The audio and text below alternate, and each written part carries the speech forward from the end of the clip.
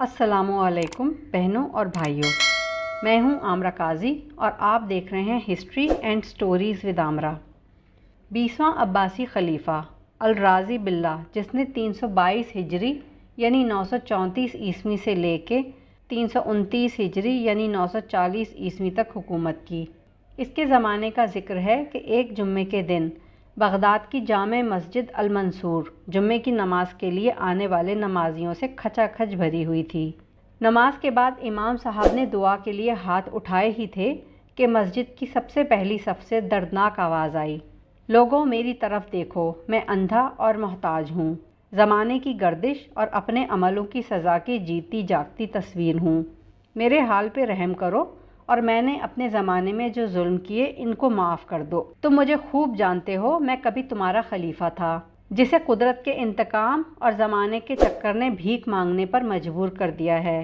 نمازیوں نے پلٹ کر اس اندھے بھکاری کو دیکھا تو اللہ تعالیٰ کے خوف اور حیرت سے ان کی چیخیں نکل گئیں۔ چند سال پہلے یہ ان کا خلیفہ تھا، وہ 16ویں عباسی خلیفہ المعتضد باللہ کا بیٹا محمد تھا، جس نے قاہر باللہ کے لقب سے شہرت پائی اور 320 ہجری یعنی 932 عیسوی میں اپنے بڑے بھائی مقتدر باللہ جو کہ 18واں عباسی خلیفہ تھا کو قتل کر کے خود 19واں عباسی خلیفہ بن بیٹھا تھا۔ وہ بڑا بدفطرت، لالچی اور ظالم شخص تھا۔ خلیفہ بن کر اس نے لوگوں پر بہت سختیاں کیں اور بے شمار ظلم ڈھائے جو کچھ یوں تھے۔ رعایا پر طرح طرح کے ناجائز ٹیکس یعنی محصول لگائے گئے۔ جو لوگ کسی بھی وجہ سے ٹیکس نہیں دے سکتے تھے ان کو سخت اذیتوں کا نشانہ بنایا گیا۔ اپنے جس بھائی مقتدر باللہ کو اس نے قتل کیا تھا وہ دوسری ماں سے تھا۔ قاہر باللہ نے اس کی ماں کو بھی ہلاک کر ڈالا۔ اسی طرح اس نے مقتدر باللہ کی بیوہ کو بھی مروا ڈالا۔ 322 ہجری یعنی 934 عیسوی میں فوج کے چند افسروں نے اس کے مظالم سے تنگ آ کر بغاوت کر دی۔ اس نے اپنے خوشامدی حامیوں کی مدد سے سب کو گرفتار کر کے سخت اذیتیں دیں اور پھر سب کو قتل کر ڈالا۔ اس نے اپنے کئی مخالفوں کو یا تو دیواروں میں چنوا دیا یا پھر مخالفین کو کنوؤں میں پھینک کر انہیں بند کرا دیا۔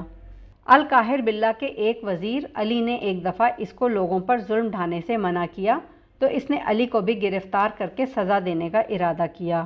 علی کو اس کے ارادے کا علم ہوا تو وہ کہیں چھپ گیا۔ القاہر باللہ نے اس کی غیر حاضری میں اس کے گھر کو آگ لگوا دی۔ اس حادثے میں علی کے گھر والے زندہ جل کر مر گئے۔ ادھر علی نے اندر ہی اندر فوج میں القاہر باللہ کے خلاف اتنی نفرت پیدا کر دی کہ وہ قوم کو اس ظالم سے نجات دلانے کے لیے تیار ہو گئی۔ چنانچہ اس نے 2 جمادی الاخر 322 ہجری یعنی 24 مئی 934 عیسوی کو بغداد پر حملہ کر دیا۔ القاہر باللہ اور اس کے ساتھیوں نے کچھ دیر مقابلہ کیا لیکن جلد ہی ہتھیار ڈالنے پر مجبور ہو گئے۔ فوج نے القاہر باللہ اور اس کے ساتھیوں کو گرفتار کر لیا۔ پھر انہوں نے قتل ہونے والے خلیفہ مقتدر باللہ کے بیٹے الرازی باللہ کو خلیفہ بنا دیا۔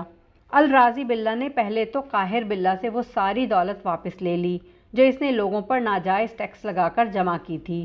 پھر اس نے القاہر باللہ کو اس کے مظالم کی سزا دینے کا ارادہ کیا۔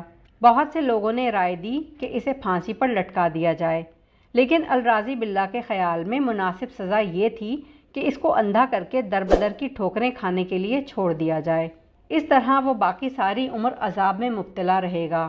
چنانچہ الرازی باللہ کے حکم پر وزیر علی نے القاہر باللہ کی آنکھوں میں لوہے کی سلاخیں پھروا دیں، جس سے اس کی آنکھوں کے ڈھیلے لٹک کر رخساروں پر آ گئے، جنہیں اس نے خود ہی کھینچ کر پھینک دیا۔ اس کے بعد وہ گلیوں اور بازاروں میں گھوم پھر کر بھیک مانگتا رہتا۔ آخری عمر میں وہ جامع المنصور کی سیڑھیوں پر بیٹھ کر بھیک مانگا کرتا تھا اور لوگ اسے دیکھتے اور عبرت حاصل کرتے تھے۔ کیسی لگی یہ عبرت انگیز روداد؟ اپنی قیمتی رائے کا اظہار نیچے دیے کامنٹ باکس میں ضرور کریں اور اگر ویڈیو پسند آئی ہو تو لائک، شیئر اور سبسکرائب کرنا نہ بھولیں اور ساتھ ہی بیل بٹن کو دبا دیں تاکہ ہر نئی آنے والی ویڈیو کا نوٹیفیکیشن آپ کو ملتا رہے۔ اللہ حافظ۔